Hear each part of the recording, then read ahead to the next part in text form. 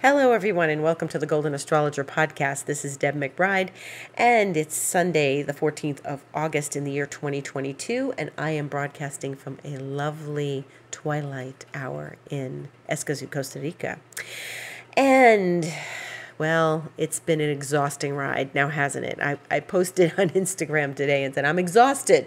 Yes, it's been exhausting. And one of the reasons it's still exhausting is because today the sun is opposite Saturn. And it was that at 1:11 p.m. It was exact. And the sun is in Leo and Saturn is in Aquarius. And this has been part of the fixed sign kerfuffle that we've been in the last 2 weeks. And it started when Mars met Uranus in Taurus 2 weeks ago at the spot that Uranus is just staying in since July and is going to stay in until October.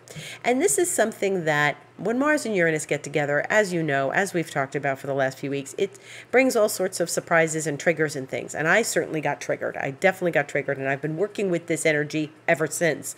And I think we all have. And this has been a lot of events. So there was Mars and Uranus, and then the moon was in Scorpio at the south node, opposite Mars, Uranus in the north node.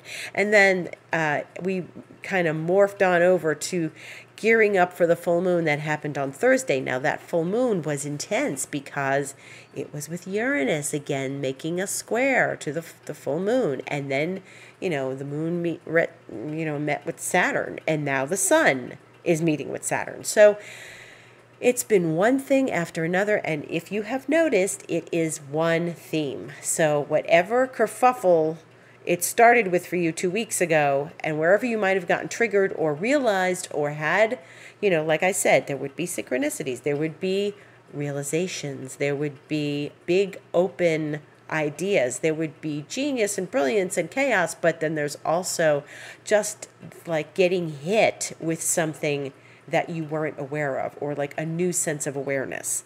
So that was the first entree into this, and we have been dealing with that ever since.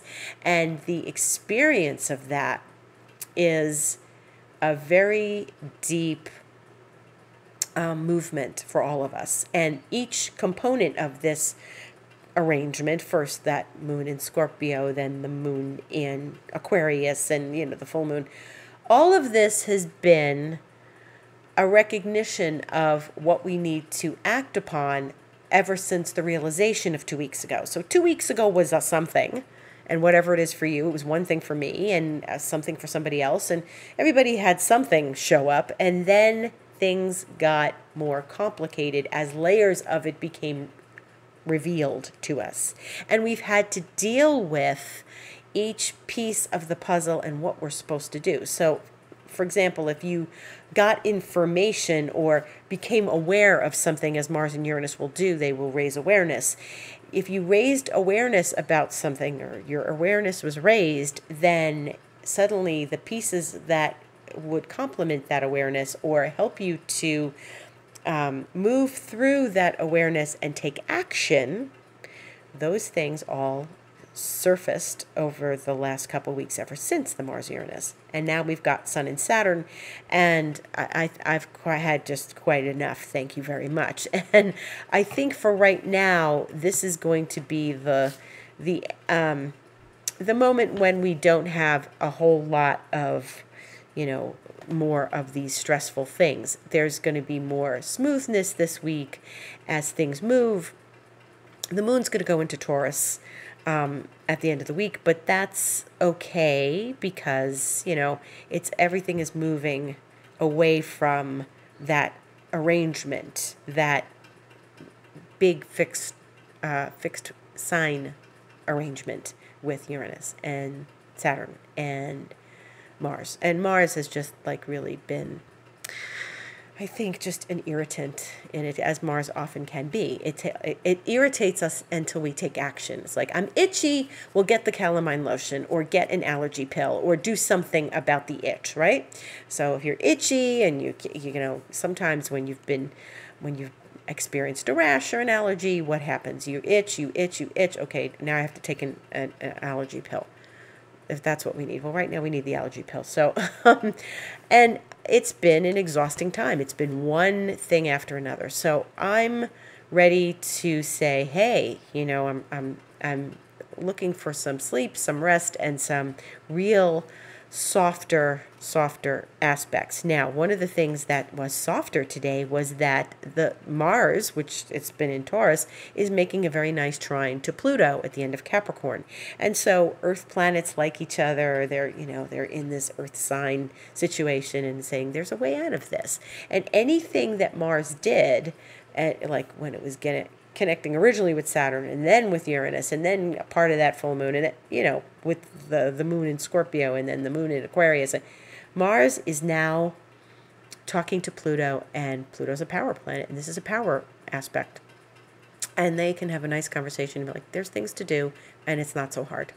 And maybe there was drama, maybe there were tears, maybe there was like a lot of anxiety or anxiousness that happened in the last couple of weeks, but now we're moving out and it's like, okay, I know what I need to do, and I can't hide any longer. I've got to do what I've got to do. So that's it. And there is a reason for everything, and we have to know that everything's happening for our highest. Now, a lot of things don't look like they're happening in our highest, do they? Like if you have an accident or if something happens that is not pleasant, it's like, what the hell is this for? And you have to recognize what the payoff of that is. You have to. Otherwise, you just get angry and bitter. And so there's always something in a silver lining some way. So this is what we have to do. We have to shift our perspective and think about what is what is really the message in all of this, and what is the payoff in all of it, and where can we really learn from the experience and grow and evolve and elevate from the experience. So that's part of this. So then, as we move through the week, we're going to have Tuesday the 16th, we have Mercury trining Uranus, and that's good too. So that's like more smoother information. It's not a square, it's a trine. So these trines are very lovely. They're smooth energy. They're helping us along. Mars trine Pluto, Mercury's trining Uranus. This is good. And Mercury and Uranus give us brilliance and genius, and that's really a smart aspect.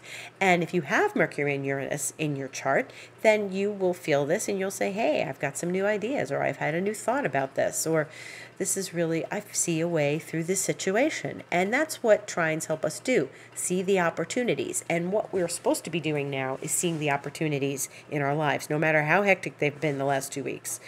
And so Mars and Pluto and Mercury and Uranus are doing exactly that. Now, what's interesting about this is in astrology, we call these lower octaves and higher octaves. Mars is the lower octave of Pluto. Pluto's the higher octave of Mars. Mercury and Uranus are the lower and higher octaves of each other. Uranus is the higher octave of Mercury, and Mercury is the lower octave of Uranus. It's like an echo, and the echo gets stronger when you get into the outer planets. Venus and Neptune are the same way. It's Venus and Neptune as far as, that echo. And so we are expecting smoother sailing this week, and then 18th of August, Thursday, we have Venus trine Jupiter. Hurrah, in fire signs. So if we have some get up and go, that's going to give us some smooth steps forward. And that's a lovely way for the week to start to mellow out at the end of the week.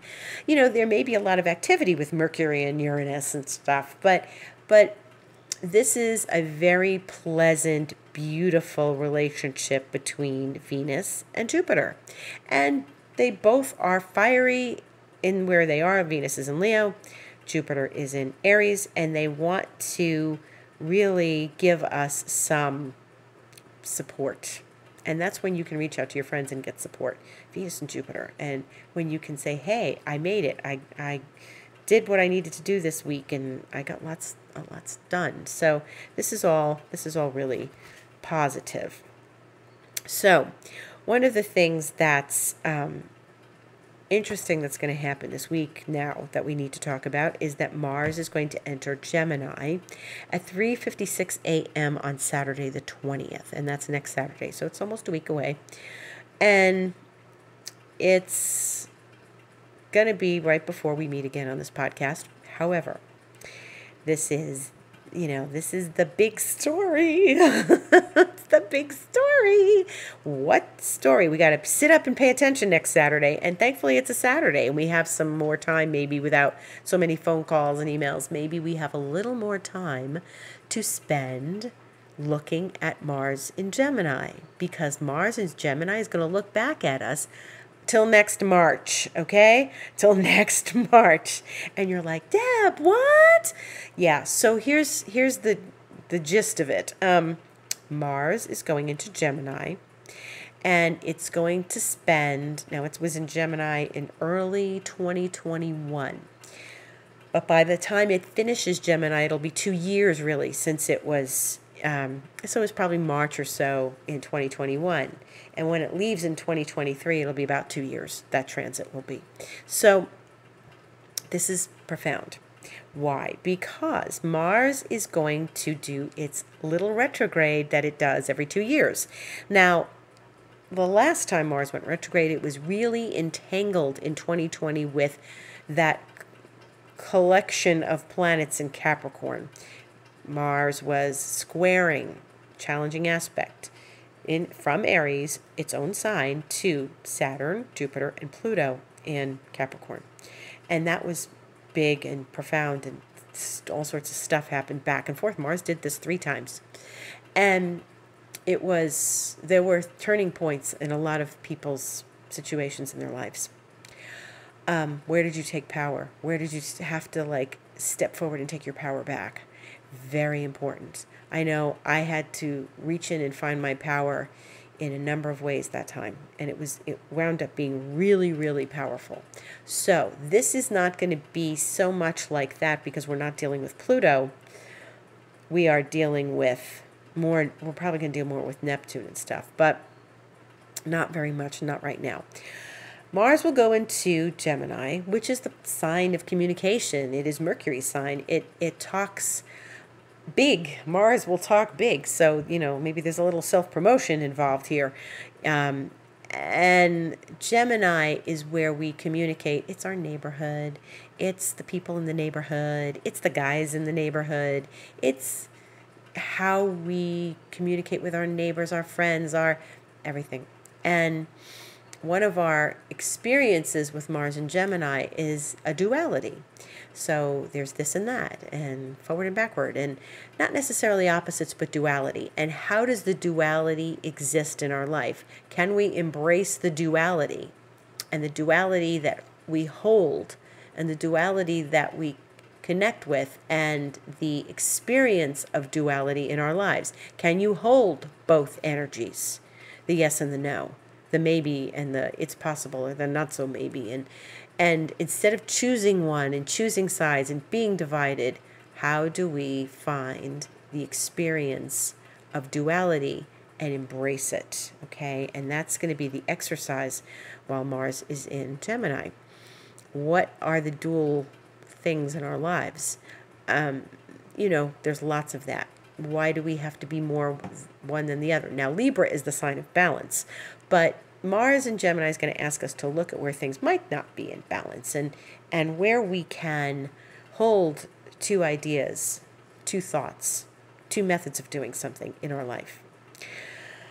So that's part of it. And the thing is that Mars will retrograde October 30th and stay retrograde until mid-January, and then go forward at about 8 degrees of Gemini. So we are looking at a long haul of Mars in Gemini, and we're looking at a long experience of the workings of our brain, the workings of how we think, how we communicate, what's the best way to communicate. Mars in Gemini is interesting. They can be very direct. Hey, you know what? Blah, blah, blah, right? So they're going to tell you what they think, and people are going to want to say what they think without thinking, okay?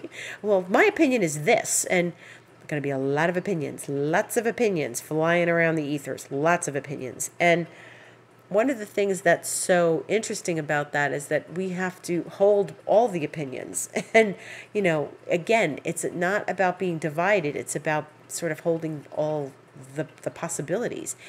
And I always like a world of infinite possibilities, for sure.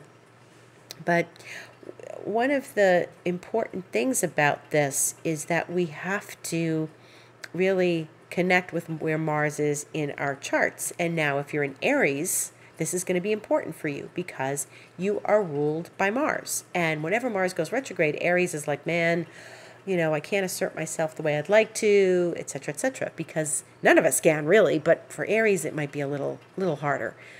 They want to move forward. They want to interject. They want to get in there. They want to initiate. And a lot of times with Mars retrograde, it's just not the right time to initiate.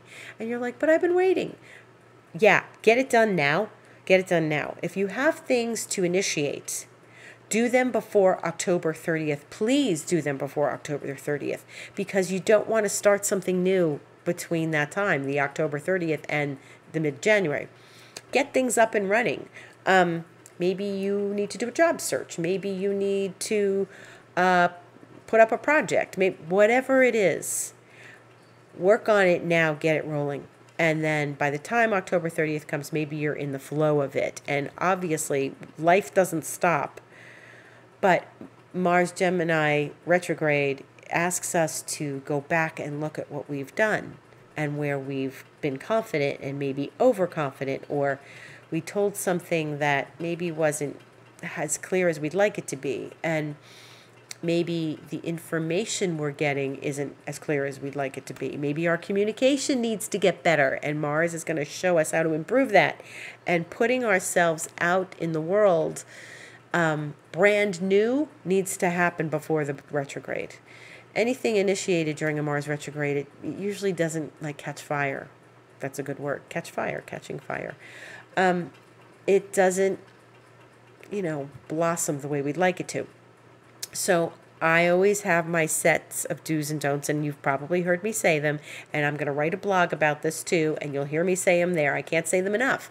So many people don't listen to me when I say to them, do not start a brand new, totally new relationship with someone you've never met before. Don't expect it to go somewhere, okay? Now, it might be somebody you're going to work with. Well, Mars is about work. Sure, it's about asserting yourself and working and being out in the world and being confident.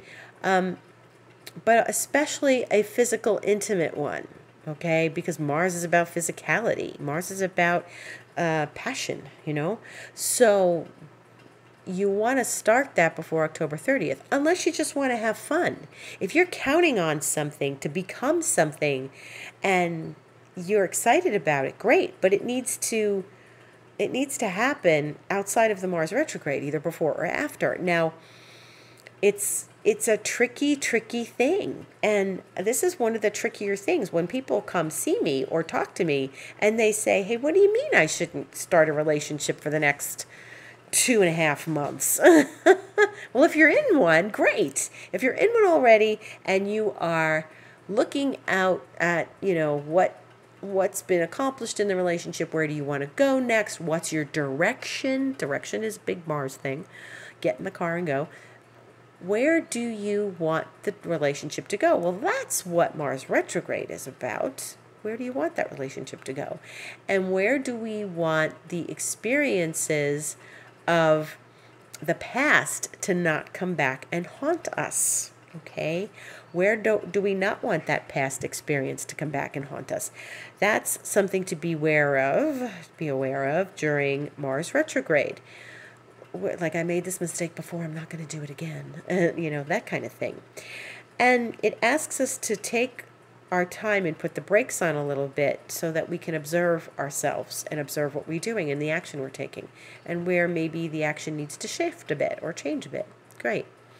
But it's not really something where I would say take brand new action with a brand new business, a brand new relationship with a brand new person under Mars retrograde. This is a repeat. This is a review. This is the Re's. Remember the Re's.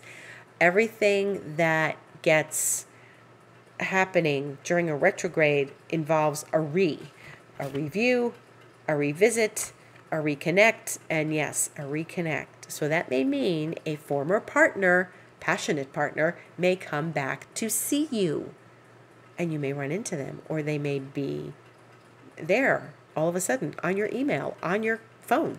Where did they come from? Well, it's Gemini, right? So somebody reaches back for you.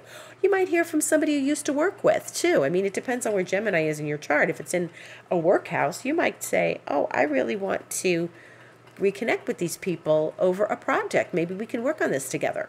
That's good. That's okay, because it's a reconnect and it's people you know, and you might well trust them if you're going to work with them again. So this is something very important to pay attention to. Don't worry, we're going to talk about this a lot because it's going to go on for a while. But one of the things that's going to happen is that, Mars will station, and it's going to station at the end of October as we get to almost holiday season, when we get to Halloween and all. And we get to that point where, this is the other thing. This is like the Christmas shopping time. All happens under Mars retrograde, and people are going to be like getting things. And, it's not as much as Venus. Like when Venus goes retrograde, like it was last Christmas, like you get things that you don't use or something like that, or something happens that's not comfortable during Venus retrograde, something socially awkward during Mars retrograde. Or Venus retrograde. So Neptune at the end of October will still be retrograde, and it will be at a place where Mars will square it sometime in October. So Mars is going to square Neptune about the second week of October, and it's going to stay hanging out there around Neptune and square, and then go back and square again. So Mars will square Neptune about 3 times. Now remember, Neptune is the planet of the ethers, the vision, the unknown, the shadows, the fog. And so it's intuition and insight. We're going to have to use a lot of that, and be very cautious with a Mars that's, well, it'll be stationing. It won't be retrograde yet, but after the it'll do it 3 times. Once direct, second time retrograde, third time direct. And when it does this, square to Uranus on the brain. Neptune, when Mars squares Neptune, it's going to be a lot about, paying very close attention to information we're getting, to who's delivering the information. Is it trustworthy information? And what action should we take as a result of that information, if any? Because, Neptune and Mars are slippery. They are slippery when they are together. And so as we get closer to that, we'll discuss it, but just be aware of that. And, very important as Mars and Neptune get together 3 times. Whenever there's a retrograde and there's a planet that's doing the business, the retrograde, and it affects an outer planet or Saturn 3 times, we sit up and pay attention. So it's going to be something about Mars and Neptune. Okay? So that's been something. That's going to be something. So that's going to happen Saturday. So this is the last week of Mars in Taurus. The last week of Mars in the fixed sign.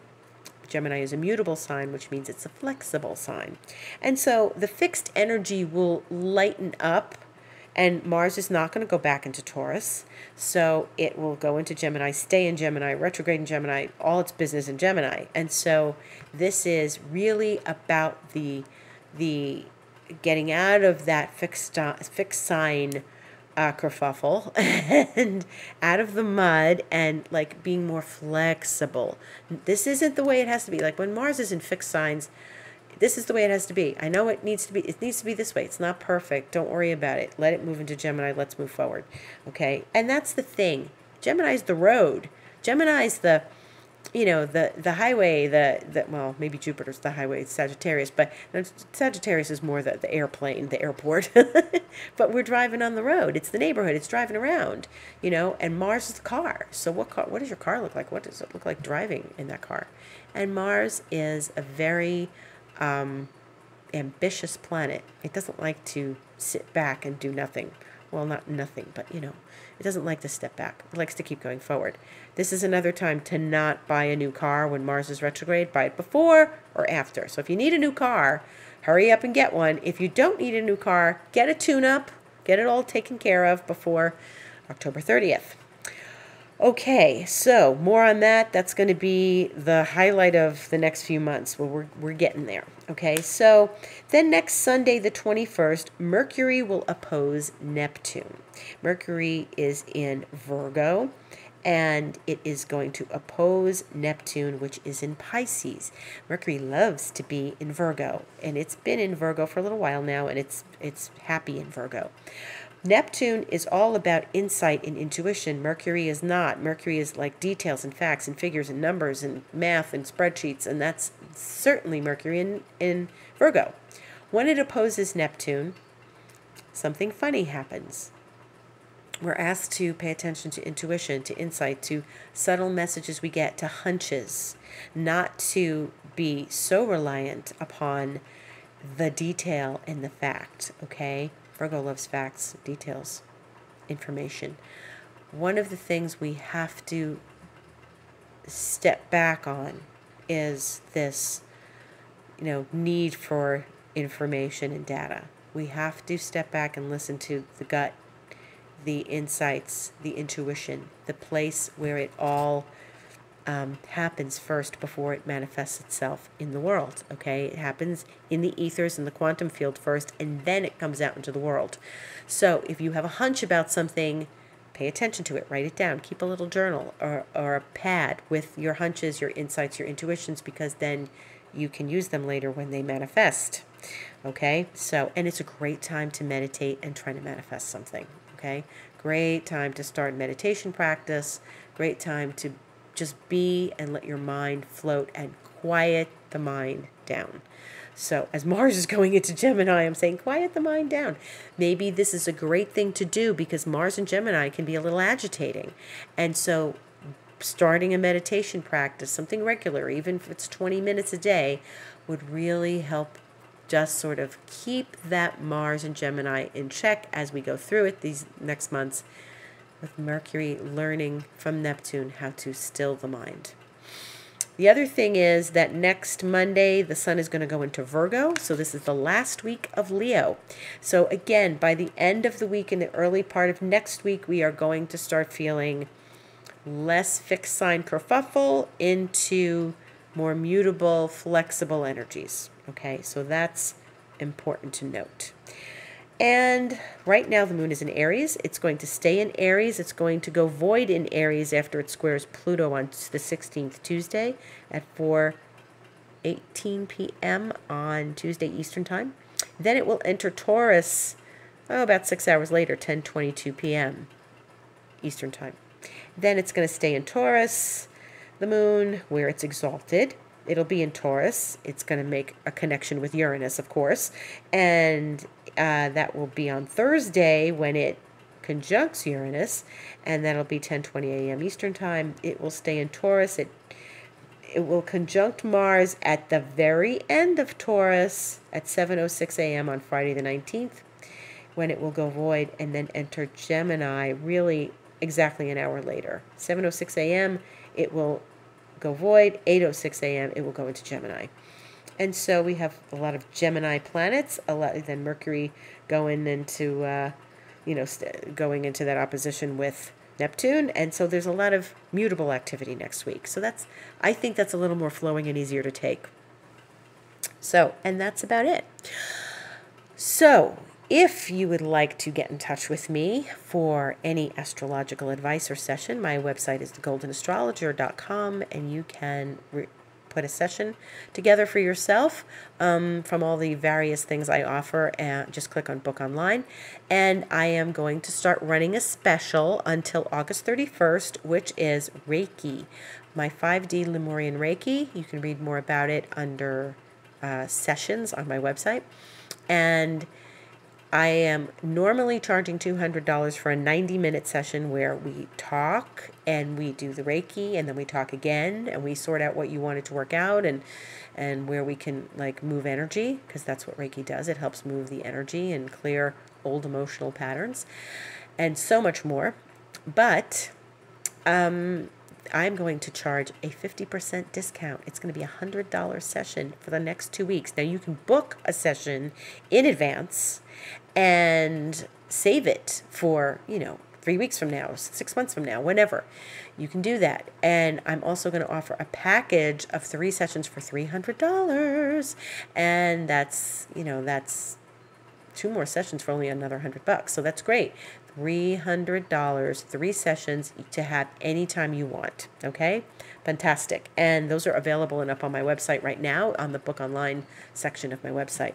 I'm on Instagram at the Golden Astrologer, and I give a lot of information during the week. I write things. I give video about what's going on. I made one today. You can go have a look. And I'm also on Twitter at Deb Astrology. I don't use it as much as I used to be quite honest, but Instagram is more often where I am. The other thing is, if you are interested in Reiki, learning Reiki, you can also book those sessions on my website at Book Online.